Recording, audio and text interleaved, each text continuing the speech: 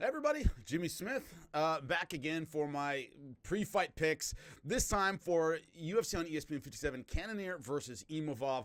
Before I get into that, the news has broken. I'm going to be the color commentator again for Bellator, doing their international shows. I have a few before the end of the year. Anyway, it's great to be back doing MMA commentary for color. I haven't done it in 6 years now, something like that. So it's been a while since I've been out of it. So it's awesome to be back and being able to do it. And the response of the fans has been great. I appreciate everybody and their support. But now back to it. It's going to be fun, by the way. Keep up and hopefully you get to check it out. And we'll see how I do going back to it. But it's going to be a lot of fun. Apparently, I'm in the desk with Dan Hardy. He's great. Love working with him. Good friend of mine. Anyway, back to UFC on ESPN 57. Cannonier versus Imavov. We start at the bottom of the card. Now, this is a fight night card. So a lot of storylines of fighters who are kind of on the brink in this one, who are looking to either reestablish themselves or break through, stuff like that. Questions in every fight. It's questions that make a fight interesting. So we start off with Miguel Baeza versus Punahele Sorano. This is one of those where I don't get the odds right now. If you look at Baeza versus Sorano, it's about minus 2-1. Depending on, Baez is about minus 200, Sorano plus 164, so you make really good money on Sorano. I don't know why the odds are so high in this one when there are two fighters in the welterweight division who badly need a win, right? They're both kind of fringe. Are they still going to be a factor in the division at all or stay in the UFC? They both like to brawl. They're both hard punchers. Yeah, I understand why the odds makers are slightly going with Baeza, 3-3 in the UFC versus Sorano, who's 3-4. These aren't world beaters. They're brawlers who hit hard. It's pretty much a coin flip fight, but you can get much better than coin flip money.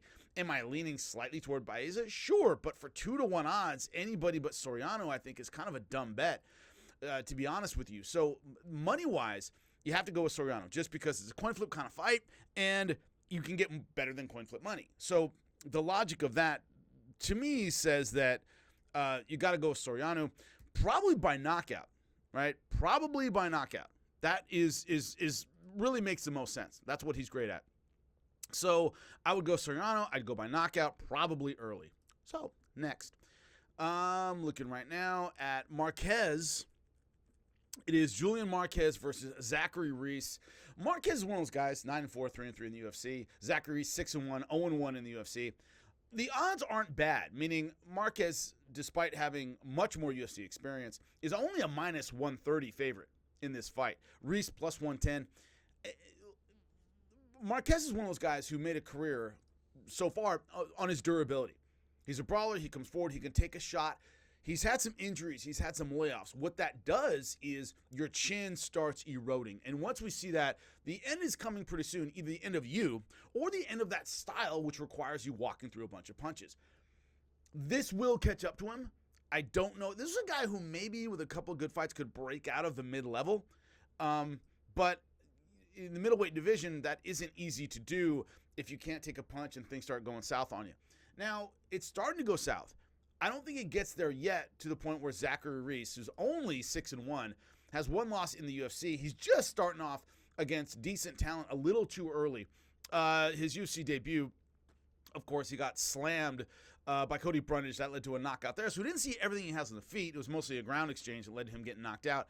I think this is a little too much, a little too soon. I'm surprised you can get as good of odds as you can on Julian Marquez. I would definitely take Marquez for that minus 130. Once again, probably early, probably by finish, probably knockout. And that's where I would go on this one. I think Marquez's chin, isn't that bad yet, and I haven't seen anything from Reese that indicates he's the kind of puncher that's going to be able to take advantage of that yet. The end might be coming soon, but not in this fight. Now, let's look at the next one up on the card. Bruno Ferreira versus Dustin Stoltzfus. Ferreira almost, minus 260-ish. Stoltzfus plus 215. I understand why. Bruno Ferreira is a very, very hard puncher. Doesn't have a ton of UFC experience, 2-1. Stoltzfus has never been able to kind of right the ship and figure out how to be successful in a deep division. That's kind of been the problem. So the issue here is that Ferreira is too hard of a puncher. He's very good at extending his punches and landing good power at range. I think that's going to be a little too much for Stoltzfus, who tends to warm up a little bit before he fights. He tends to have to take a lot of damage. it's just been extremely difficult for him to find his pacing. And when you lose in 19 seconds, so that was in the Magomedov fight, I don't have any faith that he can withstand the early barrage of Ferreira. It was 11-1. I got to go with Ferreira, once again, probably by knockout, probably early. Now, here's another interesting one. Raul Rosas Jr. versus Ricky Turcios. Rosas Jr. minus 230. You know the story of Raul Rosas Jr. Oh my God, 17 years old, signed by the UFC, youngest fighter to ever do it. He's going to be amazing. He's a future champ. When he ran into Christian Rodriguez, we saw the tendency in Raul Rosas Jr.'s fights. He starts really hot, like a young fighter would, right? Full of confidence, full of energy, and then he runs out of gas late. That happens with a lot of fighters on the way up. But usually on the way up, you're not in the UFC. You got to remember, if you have 10 fights outside the UFC before you get your contract, you probably finish 8 or 9 of those. You're used to early finishes. You're usually a level above everybody else. That's why you got into the UFC. So Raul Rosas Jr., the problem is he's in the UFC fighting like he's still learning exactly how to manage everything. Well, he's a kid. That happens, right? You don't get into the NFL at 16 and you figure out on the job. It doesn't work that way. So the problem is he's got a pretty steep learning curve. The Terrence Mitchell fight and the Ricky Turcios fight, I think, are designed to kind of flatten that curve a little bit. I thought Christian Rodriguez was a little too experienced, a little too well coached. He's a Duke Rufus guy. I thought it was a little too much early on in the career for Raul Rosas Jr. I thought he was going to win. I think I picked him to win at the time, but I was like, man, this is a tough test for early on for a kid. You can see what the UFC is doing. They're kind of backing it off a little bit. And one of the things is Ricky Turcios, two things. A, not that experienced, hasn't had a ton of success in the UFC. Meaning he's only 2-1. His overall career is 12-3. He's not a super experienced guy. Hasn't been burning it up in the UFC. And also physically, I think Raul Rosas Jr. is going to have a lot of physical advantage. He seems stronger to me, even though he's younger. So they're giving him a guy that he can physically overwhelm, that can outpower early, and I think that's what happens in this fight. Turcios does have enough experience. He is crafty enough to maybe get into the later rounds, right? The ones he's won have been by split decision. He hasn't had a finish or been finished so far in the UFC. So he does have some durability. So I would say submission, let's say second or third round for Raul Rosas Jr. What else can we do here as we move up in the card? It is Dustin Jacobe versus Dominic Reyes. Look, once again, the odds are really, really skewed. Dustin Jacobe minus 238. Reyes, you can get almost plus 200 money on him. Plus 195 right now is what I'm looking at. For people who don't remember, Dominic Reyes fought John Jones, arguably beat him, and had a great performance, ended up losing a decision to the greatest light heavyweight of all time. After that, he hasn't had any success at all. Hasn't even been close.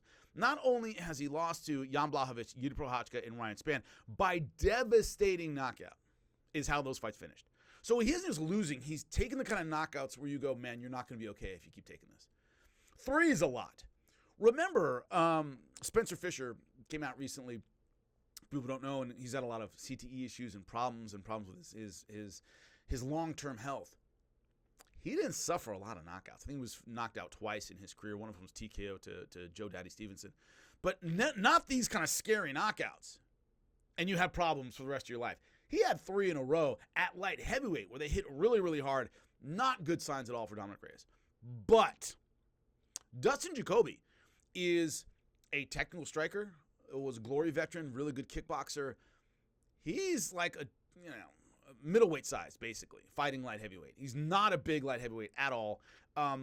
Doesn't have a ton of finishing power, tends to out-volume you. So when I look at Dustin Jacobe, I see a guy who's technically really, really sound, but he's lost 3 out of his last 4. Alonzo Menefield, Khalil Roundtree among those. Mercer Konoff beat him by decision. He's gone decision with those guys, but we see the limits of his workman-like style, where when he takes on bigger guys who can walk through his punches and hit just as hard, if not harder than he is, like Khalil Roundtree, he tends to have problems. Dominic Reyes cut a little bit more from that mold. When I look at these odds at minus 250 and get plus 200 money, I'm looking for the upset here.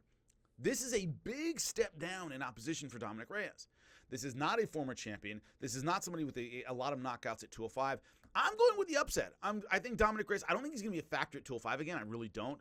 I don't think his chin is so shot that he can't stand up and do something against Dustin Jacobe, who is light for the weight class. I think Dominic Reyes, for this money, I got to go with the upset. So that brings us to the main event, Nasruddin Imavov versus Jared Cannonier. Jared Cannonier, big, powerful, strong puncher, even though he's getting into his 40s. This is a guy who, a really excellent kickboxer. He's had some injuries sideline him a little bit, but Imavov, for his style, tends to do well when he can bully somebody, when he can push them around and get in their face. I don't think he can do that against Jared Cannonier. Jared Cannonier, first off, tall, rangy, long, accurate.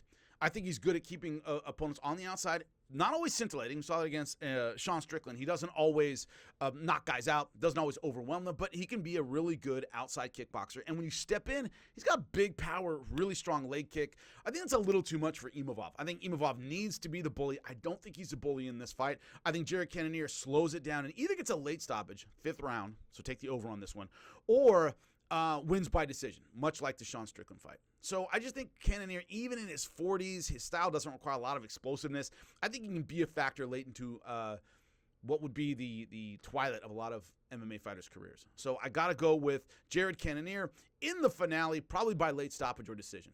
Let me know what you think in the comments section. Appreciate all the love. I'll be back again soon.